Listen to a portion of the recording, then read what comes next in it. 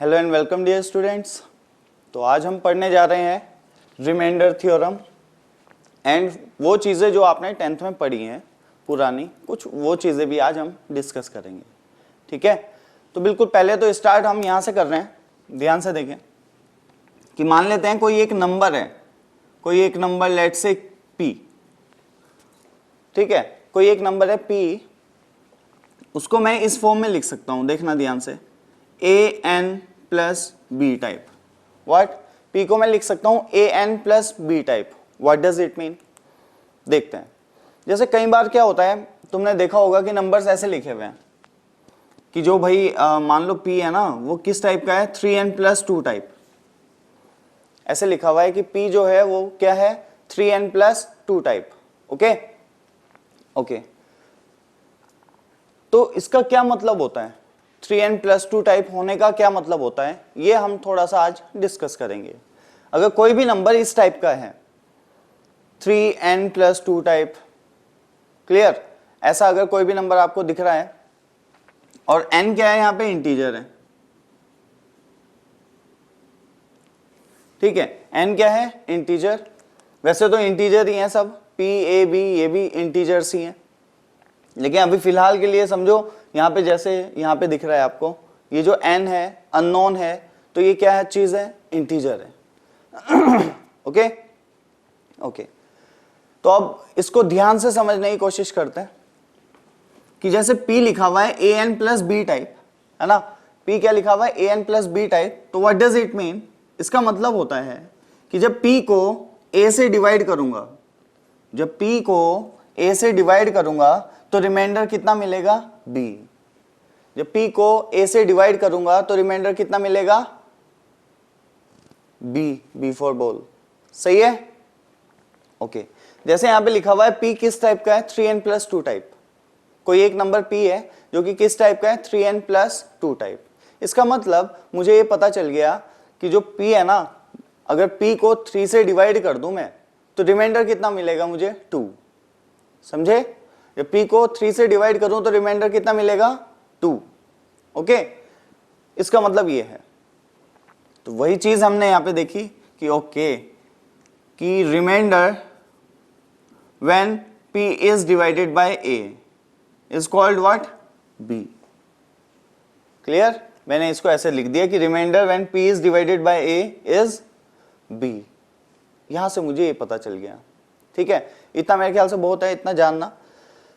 ये कहां से आता है, थोड़ा सा चलो देख लेते हैं कि देखो, जब p को a से आप डिवाइड करते हैं, कुछ ऐसा करते हैं हम यहाँ पे कुछ कोशेंट आता है, देन यहाँ पे कैलकुलेशन करते हैं आप, और उसके बाद एक क्वांटिटी बच जाती है। वो कौन सी होती है, b। ठीक है, एक क्वांटिटी बच जाती है, वो कौन सी होती है, b। और ये होता है अपना कोशेंट n। ठीक है, n क्या है, कोशेंट। ओके, अब करते क्या है हम ऐसे में, सभी लोग जानते होंगे शायद कि ये नंबर, ये जो यहाँ पे लिखा हुआ है p, ये हमेशा इक्वल होता है this number into this number, that is a into n, this number into this number plus this number. सही है, ये नंबर हमेशा इक्वल होता है this into this plus this. Clear, that is b। वही लिखा हुआ है यहां पे। सही है, ओके। अब ध्यान से देखना, इसमें और चीज क्या है वो मैं बता देता हूं। एक मिनट, ये हटा रहा हूं, ये तो तुम्हें समझ आ गया। Remainder when p is divided by a is b, इसका मतलब ये है n इंटीजर है अपना। ओके, अब ध्यान से देखें, ये बात तो मेरे ख्याल से सबको समझ आ गई होगी कि जैसे 3n प्लस 2 लिखा हुआ है तो क्या होगा, when p is divided by 3 the remainder will be 2। Okay okay, and the another one is कि भाई जो ये b है ना अपना, b जो कि रिमाइंडर है, b कौन है अपना, लिख देता हूं चलो, रिमाइंडर। ओके, तो जो b है अपना, वो उसकी क्या कंडीशन है वो हम देखने जा रहे हैं कि b always should be less than of mod a।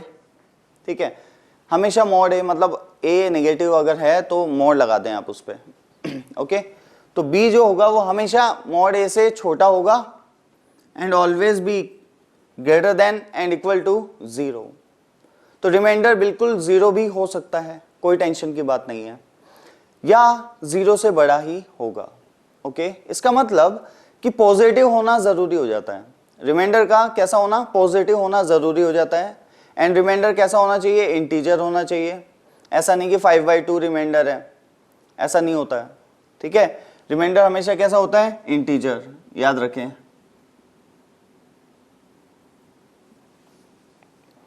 ठीक है, इंटीजर। ओके, तो रिमाइंडर क्या है, इंटीजर है और हमेशा मॉड ए से छोटा है।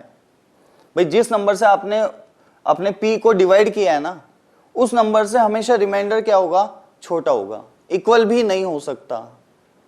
ठीक है, इसका मतलब ये कि अगर मैं लिखूं कि 3n+3 टाइप, p जो है वो 3n+3 टाइप है, तो इसका कोई मतलब नहीं होता एक्चुअली। ठीक है, इसका मतलब जस्ट तुम ये कह रहे हो कि 3 is the multiple of, sorry, p is the multiple of 3 common ले लिया तो क्या आ गया, p is the multiple of 3। तो इससे बेटर था लिखने से कि मुझे ऐसे लिख लेना चाहिए था, p is of type 3n। p किस टाइप का है, 3n टाइप। इसका मतलब when p is divided by 3 the remainder will be 0। सही है ना, रिमाइंडर कभी 3 थोड़ा ही आएगा। बात को समझ पा रहे हैं या नहीं, ठीक है। तो भाई अगर p 3n+3 टाइप का है, मान लेते हैं, जो p है वो किस टाइप का है, 3n+3 टाइप का, तो ये हमें क्या बताता है कि जब p को 3 से आप डिवाइड करेंगे तो रिमाइंडर 3 मिलेगा। ये तो बोलना चाह रहा है ये। ओके, तुम अपने आप सोच के देखो, अब अगर p 3n+3 टाइप है तो मैं उसको ऐसे लिख सकता हूं, 3 × n+1। सही है। अब अगर इस नंबर को मैं 3 से डिवाइड करूं, किसको, 3 × n+1 को, 3 × n+1 को, तो पूरा का पूरा डिवाइड हो जाएगा या नहीं, 3 से 3 कट जाएगा या नहीं। देखो 3n+1 डिवाइडेड बाय 3 कितना आ गया, n+1, जो कि क्या है, इंटीजर, जो कि क्या है, इंटीजर। बात क्लियर, ठीक है। इसका मतलब भाई p तो किस टाइप का था, 3n टाइप का। जब 3 से इसको डिवाइड किया गया तो रिमाइंडर कुछ बचा ही नहीं। ठीक है, आंसर क्या आ गया उसमें, रिमाइंडर क्या आ गया अपना, 0 आ गया। ठीक है, तो ये बात को हमेशा ध्यान रखेंगे आप, जो b होगा ना वो मॉड a से छोटा होगा और 0 से बड़ा होगा, और 0 भी हो सकता है। जैसे 3n+3 के केस में एक्चुअल में रिमाइंडर कितना है, 0। ठीक है ना, 0, क्योंकि जो p है वो किस टाइप का है, 3n टाइप का, मतलब 3 का मल्टीपल। 3n टाइप का होना मतलब 3 का मल्टीपल है, और अगर 3 का मल्टीपल है तो जब उसको 3 से डिवाइड करोगे तो कोई रिमाइंडर बचेगा क्या, नहीं। समझे। ओके, दूसरी चीज, ये चीज क्या बता रही है, मतलब हमें p = an+b, ये ना किसी नंबर के साथ उसका रिलेशन बता रही है p का, कि भाई कैसे बिहेव करता है ये। जैसे p जरूरी नहीं है मुझे 3n+2 ही लिखना, मैं किसी भी टाइप से लिख सकता हूं। जैसे मैंने कहा यार p जो है वो 4n+3 टाइप है।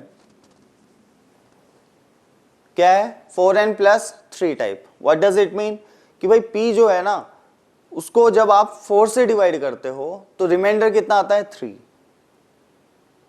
ये सेम नंबर भी हो सकते हैं, बात समझ रहे हैं, ये सेम नंबर भी हो सकते हैं। जैसे देखो, मतलब ये है 3n+2 टाइप, एक नंबर p है जो 3n+2 टाइप, इसका मतलब है व्हेन डिवाइडेड बाय 3 रिमाइंडर कितना मिलता है, 2, लाइक 5। ठीक है, जैसे 5 है, 5 को अगर आप 3 से डिवाइड करेंगे तो रिमाइंडर कितना मिलेगा, 5 को अगर 3 से डिवाइड करेंगे तो रिमाइंडर कितना मिलेगा, 2। बात सही है या नहीं। 5 को जब 3 से डिवाइड करोगे तो रिमाइंडर कितना मिलता है, 2। क्लियर? ओके, यहां पे आ जाते हैं। p किस टाइप का है? 4n plus 3 type. जब 4 से डिवाइड किया जाता है तो रिमाइंडर कितना देता है? 3। 4 से डिवाइड करने पे रिमाइंडर कितना मिलता है हमें? 3। इसका मतलब लाइक 7। 7 को अगर आप 4 से डिवाइड करोगे तो रिमाइंडर कितना मिलेगा? 3। सही है? कितना मिलेगा? 3। ओके ओके, क्लियर है? मेरे ख्याल से सबको समझ आ रहा होगा, और अच्छे से आप जानेंगे जब पढ़ाया जाएगा आपको सीक्वेंस एंड सीरीज। ठीक है, वहां पे और अच्छे से पता चल जाएंगी ये सारी चीजें।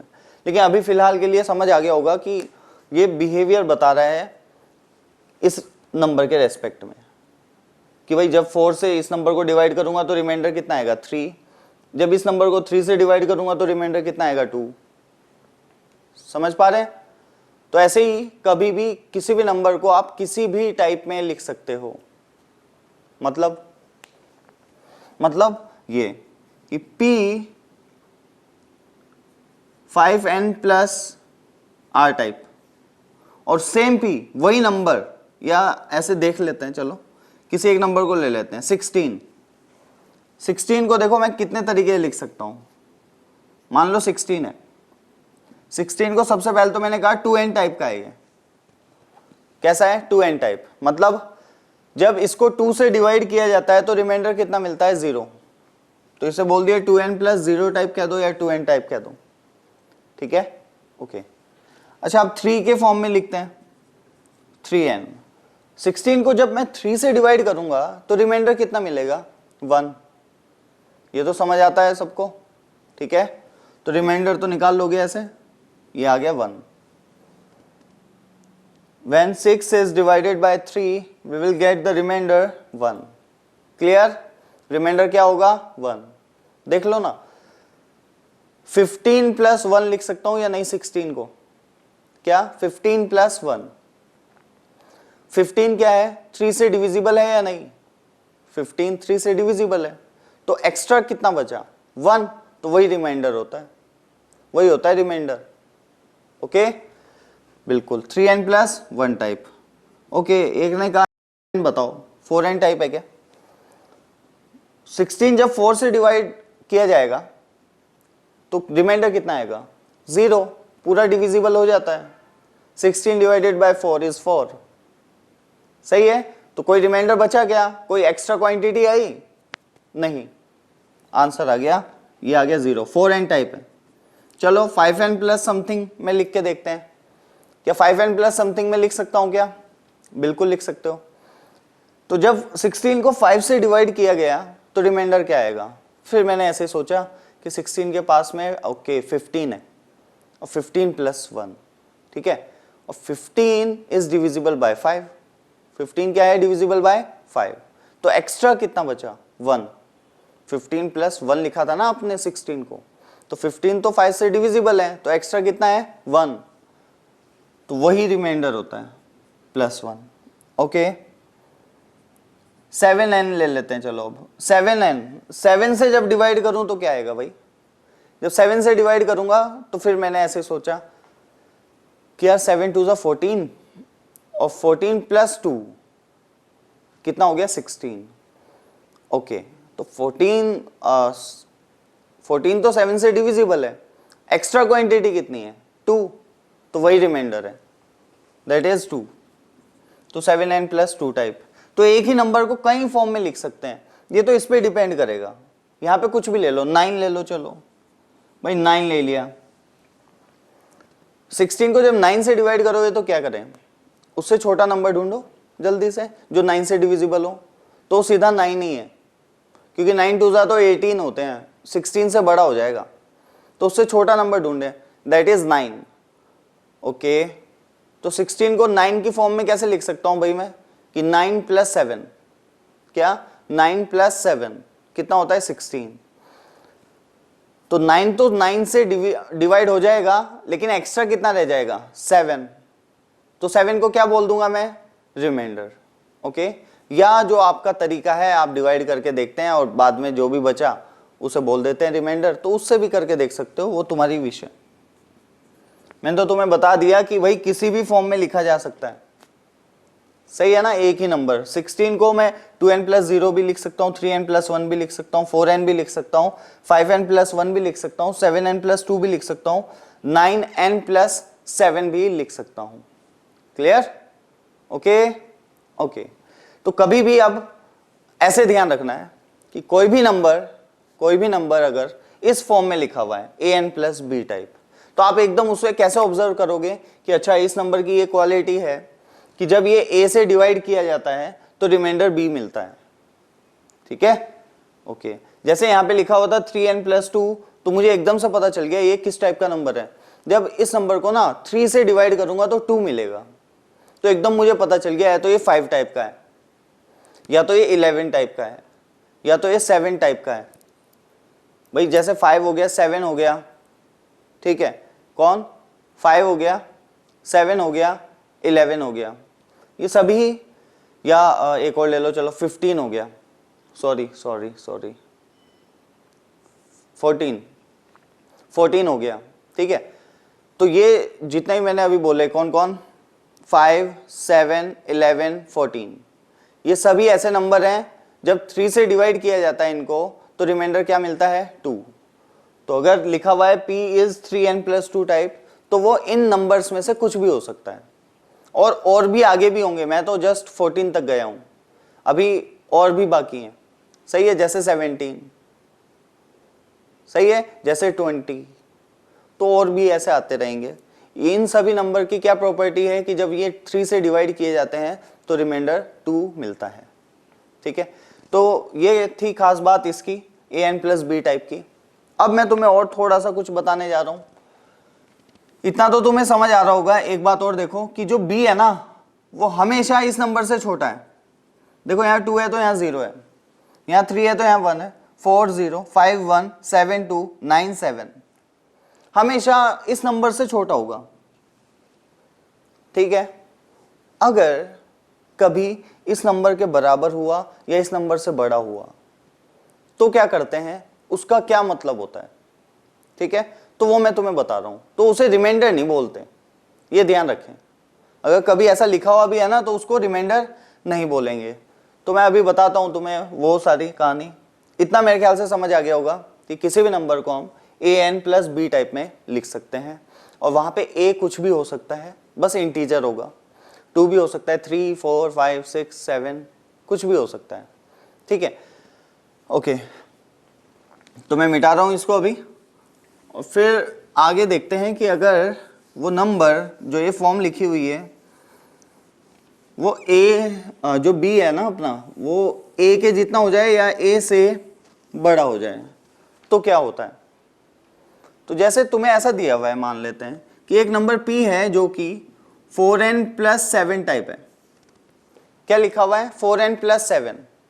तो अब कुछ लोग इसे ऐसे पढ़ना शुरू कर देंगे कि ओके, तो when p is divided by 4 we will get remainder 7, when p is divided by 4 we will get remainder 7।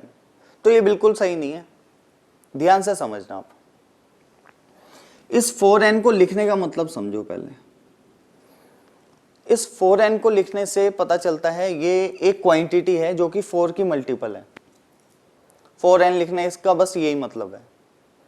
n कुछ भी हो सकता है, इंटीजर होगा, ठीक है, लेकिन 4n लिखने से हमारा जो मतलब है वो ये है कि जो 4n है ना अपना, ये 4 का मल्टीपल है। ये कोई एक नंबर है, आई डोंट नो व्हाट, ठीक है, लेकिन it is the multiple of 4, it is nothing but the multiple of 4। Clear? 4n क्या है, मल्टीपल ऑफ 4।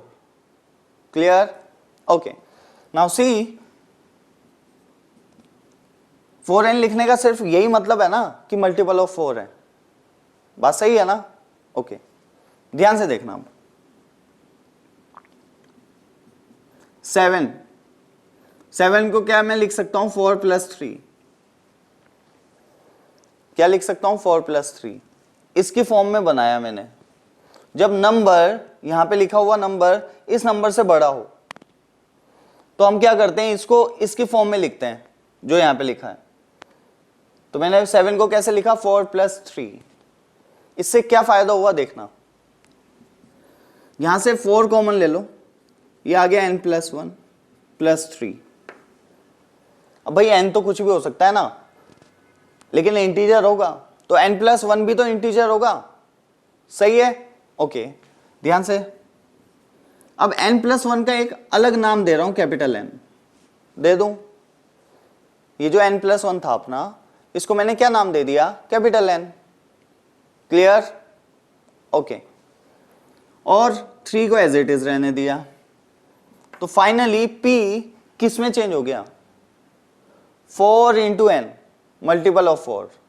ये भी मल्टीपल ऑफ 4 है, ये भी मल्टीपल ऑफ 4 था, प्लस क्या 3, एक ऐसा नंबर जो कि इससे छोटा है, और ये नंबर इससे छोटा है, इसलिए मैं एकदम से इसको क्या बोल सकता हूं, it is nothing but the remainder when p is divided by 4। ठीक है, तो रिमाइंडर कैसे निकालते हैं, जब इस टाइप की फॉर्म दी गई हो और ये वाला नंबर इस वाले नंबर से छोटा हो, समझे, सॉरी बड़ा हो, जब ये वाला नंबर इस वाले नंबर से बड़ा हो, तो क्या करेंगे, इस वाले नंबर को इसके फॉर्म में लिखेंगे। ये 4n है ना, तो मैंने 7 को कैसे लिख लिया, 4 + 3 टाइप, फिर इस पूरे को कंबाइन कर दिया, एक बना दिया, क्योंकि ये हमें बताता है मल्टीपल ऑफ 4, और ये भी हमें 4 का मल्टीपल होना ही बता रहा है। ये एक इंटीजर है, बस इसको कैपिटल N नाम दे दिया, और p किस में चेंज हो गया, अब p capital N + 3 where n is integer, कोई टेंशन नहीं है। तो एकदम यहां से मुझे पता चल गया कि जब p को 4 से डिवाइड करूंगा ना, तो रिमाइंडर कितना मिलेगा, 3 मिलेगा। क्लियर? ओके, एक और देखते हैं, जैसे p is of type like 7n + 13, कितना, 7n + 13। ओके, तो नंबर अब बड़ा है, ये नंबर इससे बड़ा है काफी, तो मैंने कहा इसकी फॉर्म में लिखो, तो 7 प्लस कितना आएगा, 6। 13 को क्या लिख सकता हूं, 7 + 6। क्लियर? अब इसको मैं फिर कंबाइन कर सकता हूं, इसको लिख सकता हूं कैपिटल N + 6। तो फाइनली इस फॉर्म को मैंने ऐसे में कन्वर्ट कर लिया। यहां पे था 7 का मल्टीपल, ये भी 7 का मल्टीपल है, बस यही तो चेंज हुआ है n, कोई दिक्कत नहीं है। ये तो पहले भी नहीं पता था हमें, अब भी नहीं पता है, बस इतना पता था कि इंटीजर है, तो ठीक है, ये भी इंटीजर है। अगर स्मॉल n इंटीजर है, तो स्मॉल n + 1 भी तो इंटीजर होगा, मतलब कैपिटल N भी इंटीजर होगा। That's all. क्लियर? तो ऐसे करके निकालते हैं remainder when in this form this number is greater than this number. Clear? Okay, ये तो रही बात जब नंबर बड़ा हो जाए। ठीक है, अब जब वो नंबर नेगेटिव हो जाए तो रिमाइंडर कैसे निकालते हैं, वो भी कुछ इसी टाइप से निकालेंगे, ध्यान से देखना, बस ये तो उतार लेना कैसे रिमाइंडर निकालना है ऐसे में। ओके,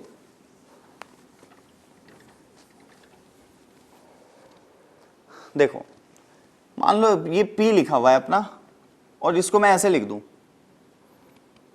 3n - 2, क्या लिख दिया, 3n - 2। तो कुछ लोग कहने लग जाएंगे कि जब p को ना 3 से आप डिवाइड करोगे तो -2 रिमाइंडर मिलेगा, तो वो सही नहीं है। ठीक है, तो क्या सही है फिर, तुम देखो ध्यान से, ये रिमाइंडर ना हमेशा पॉजिटिव होना चाहिए, जैसा कि मैंने तुम्हें दिखाया था अभी।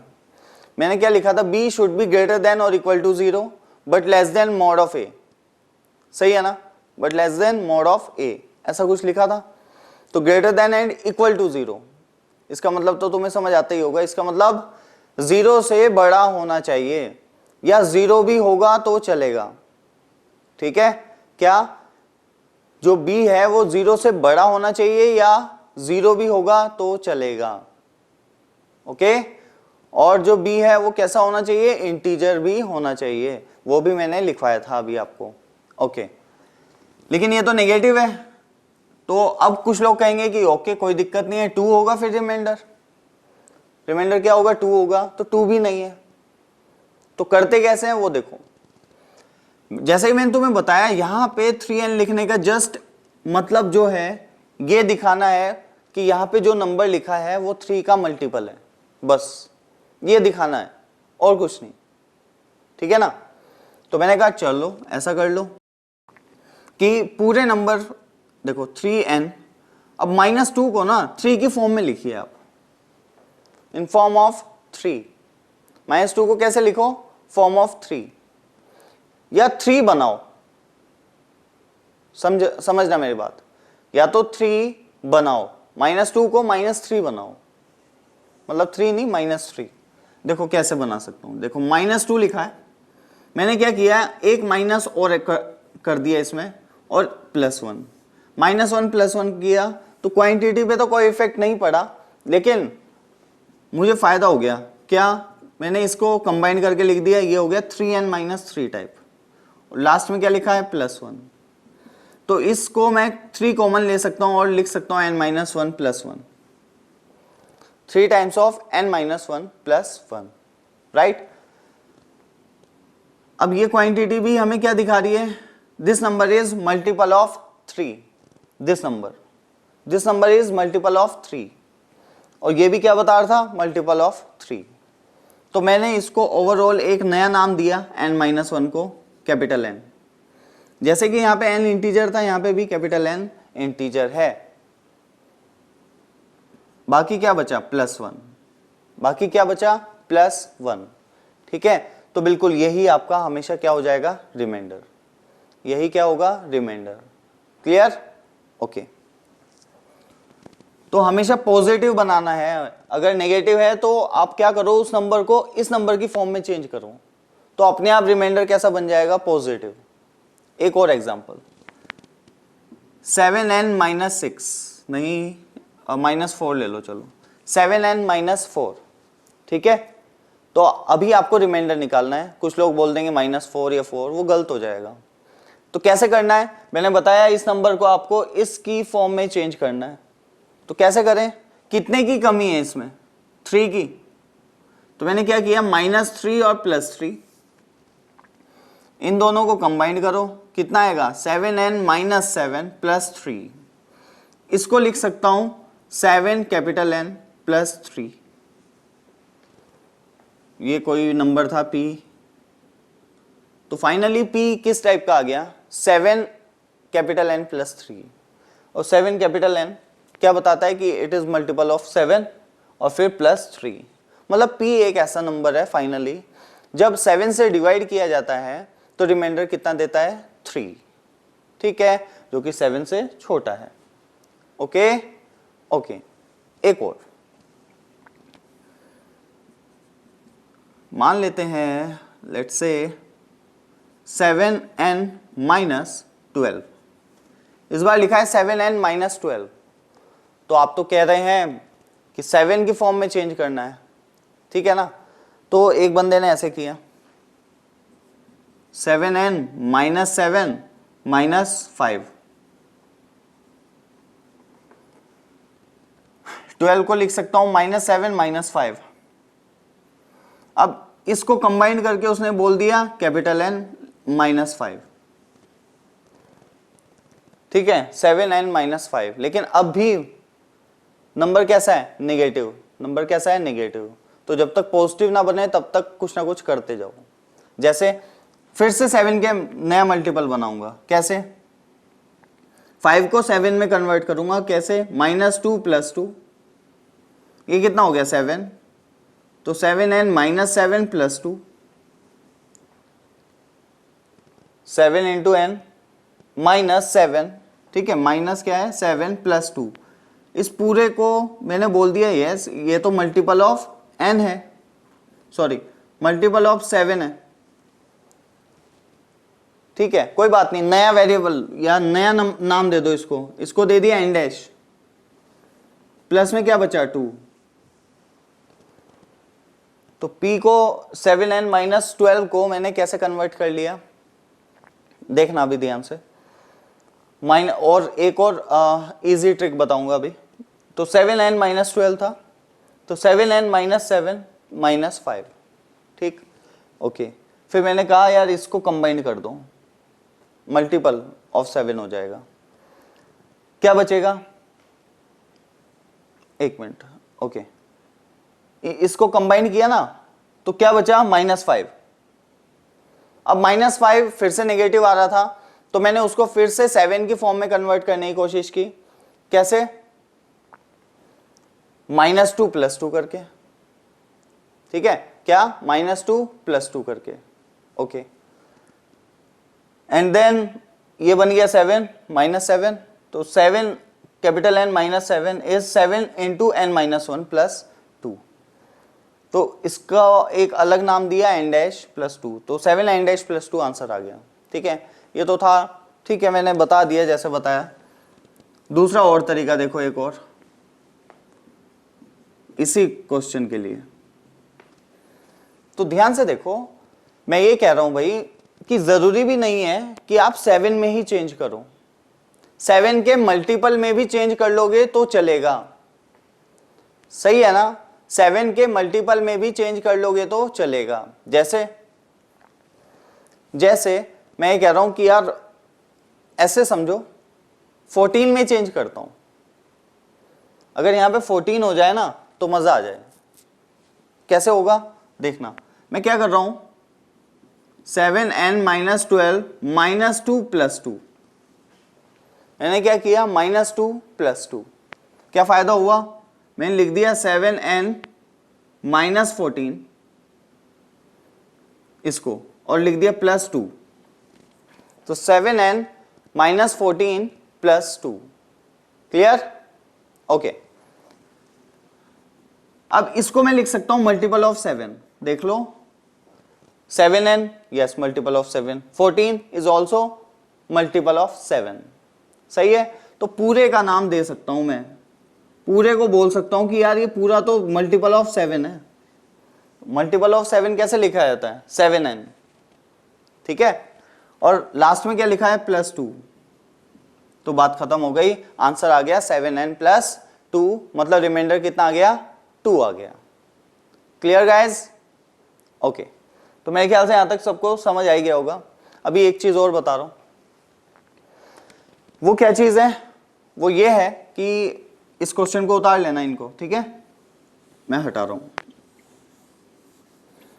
जैसे ये था यहां पे नेगेटिव वाले के लिए मैं बात कर रहा था ना, जैसे ऐसे मान लो, चलो अब 5n - 3, क्या मान लिया मैंने, 5n - 3 लिखा हुआ है, तो रिमाइंडर बताना है, ठीक है, तो मैं क्या करूंगा, आप ध्यान से देखना,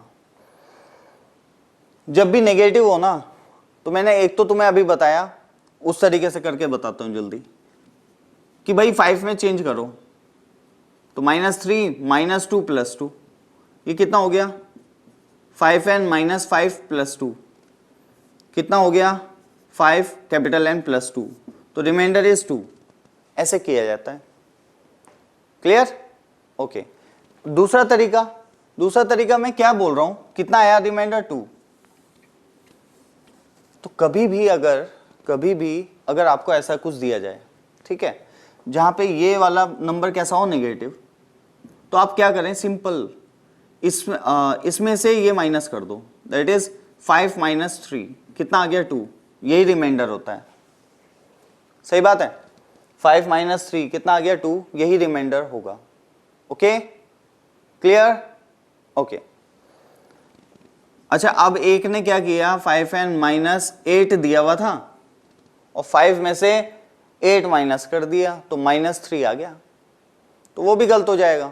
क्लियर, तो कैसे करेंगे, देखो पहले ना इस नंबर को इससे छोटा तो बनाना है आपको, इस नंबर को इससे छोटा बनाएं, कैसे बना सकता हूं, 5n - 5 + 3, बस क्लियर है, क्या 5n - 5 + 3, क्या लिख सकता हूं, 5n - 1 + 3, एक मिनट, -3 आएगा, 5n - 5 - 3, ये कितना आ जाएगा, 5 कैपिटल N - 3, अब ये उस फॉर्म में आ गया, 8 लिखा होता ना 5n - 8, तो हाँ अब ये उस फॉर्म में आ गया कि ये नंबर इससे छोटा है, इसका मॉड्यूलस, ठीक है, या ये नंबर इससे छोटा है या नहीं, हाँ, अब क्या कर सकते हो आप सीधा कि इसमें से माइनस कर दो, 5 माइनस 3 दैट इज 2। तो इस केस में भी रिमाइंडर कितना है 2। क्लियर। तो सबसे पहला काम क्या करेंगे आप, इस नंबर को इस नंबर से छोटा बनाएंगे। वो कैसे बनाते हैं, उसकी फॉर्म में लिख के 8 को लिख सकता हूं -5 -3, फिर उसको कंबाइंड करके लिख सकता हूं 5 कैपिटल N, और लास्ट में क्या बचा -3। तो ये तो है मल्टीपल ऑफ 5 और फिर लिखा है -3। ठीक है, तो रिमाइंडर -3 या 3 नहीं होगा। रिमाइंडर निकालने के लिए हम क्या करेंगे, 5 में से 3 को माइनस कर देंगे, 2 आ जाएगा। ठीक है, अब ये केस इसमें मत कर लेना कि अगर ऐसा लिखा है 5n + 3 और आपने क्या किया 5 में से 3 को माइनस, वो तरीका मैंने तब बताया है जब यहां पे नेगेटिव साइन हो, जब यहां पे क्या हो नेगेटिव साइन। जब पॉजिटिव है तो बात ही क्लियर हो गई, सीधा आंसर वही नंबर आ जाएगा, that is 3। In this case that is 3। सही है, तो इस केस में तो रिमाइंडर क्या है 3। लेकिन जब यहां माइनस आए तो पहले इस नंबर को इससे छोटा बनाओ। कैसे, इसको इसकी फॉर्म में लिख के। इसकी फॉर्म में कैसे लिखूंगा, 8 को कैसे लिख सकते हैं -5 -3। सही है ना, ठीक है। तो 5 - 3 हो गया, इसको कंबाइन कर दो 5 × कैपिटल N -3। अब ये नेगेटिव वाला है तो 5 - 3 दैट इज 2 हो जाएगा अपना रिमाइंडर। तो ये बहुत ही इंपॉर्टेंट सी चीजें मैंने अभी डिस्कस की है, बहुत इजी है, 10th में पढ़ के भी आए हो, अगर आती हैं तो बहुत ही अच्छी बात है, अगर नहीं आती तो अभी सीख ली होंगी शायद। इसका फायदा क्या है, अभी जैसे हम चैप्टर स्टार्ट करेंगे इसके बाद, ठीक है, जब चैप्टर स्टार्ट होगा बेसिकली 11th का, ठीक है, तो उसमें जैसे ही ट्रिग्नोमेट्री इससे हम स्टार्ट करेंगे, ओके। और ट्रिग्नोमेट्री में इस चीज का काफी यूज है, बिल्कुल इस चीज का यूज होता है ट्रिग्नोमेट्री में, ठीक है। तो ये बात हमें क्लियर होनी चाहिए पहले ही कि अगर कभी ऐसा लिखा है, कैसा लिखा है, क्या नहीं, इनका मतलब क्या होता है, ये हमें पता होना चाहिए, ओके। तो रिमाइंडर के बारे में काफी हद तक मेरे ख्याल से समझ गए होंगे इस फॉर्म के बारे में। अभी रिमाइंडर के बारे में अभी हम डिस्कस करेंगे, उससे पहले आप जल्दी से इसको नोट डाउन करें, ओके।